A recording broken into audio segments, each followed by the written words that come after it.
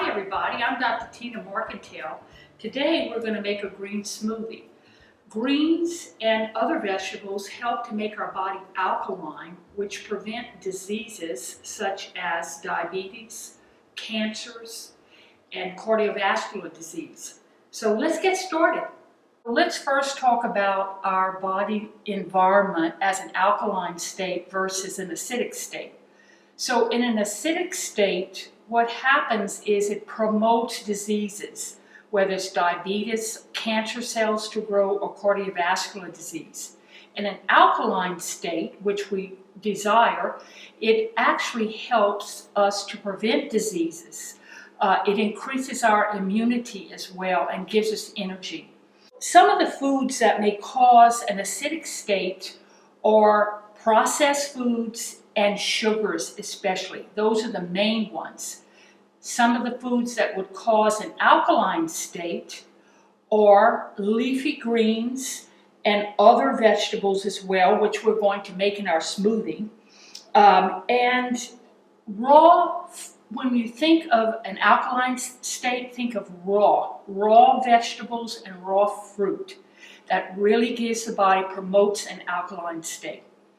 So let's look at the foods here that we're going to put in our smoothie.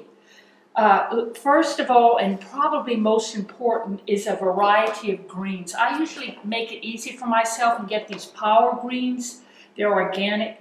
There are a mixture of baby spinach, mizuna, chard, and kale. It's always a good thing to get a mixture of greens. Also, we have cilantro. We have a little bit of bell pepper. We have carrots, which are great antioxidants, and we have cucumbers as well, which provide a very alkaline state. There's onion here. I use about a fourth of a small onion, and garlic. Garlic and onion are antiviral, antifungal, and antibacterial. So this is food as medicine. Also, one of the things that makes this very tasty and smooth and creamy is the avocado. So I use about a half of avocado.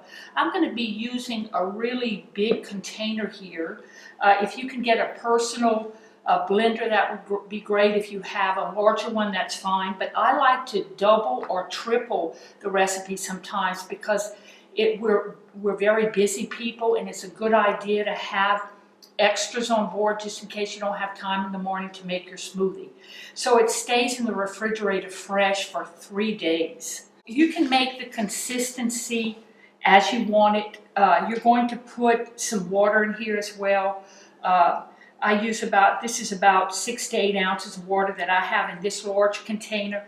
And I tell people you can pretty much do whatever you want to do with this in making the consistency of it, or if you want a little bit more garlic or onion or whatever flavors you want, bell pepper, that would be great.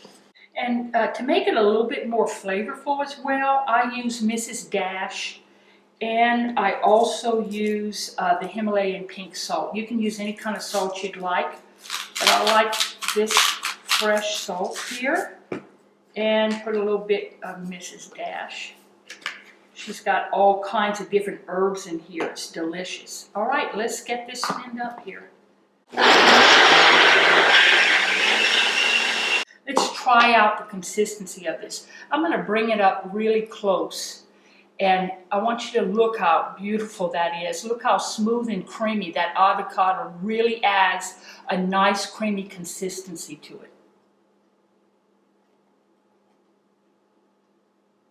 it.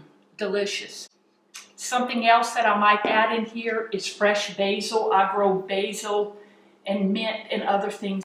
And fresh basil, a little bit of that might be good as well to add to your smoothie. Anything that you have around the house that's green would be awesome. Cheers to your health. Think green.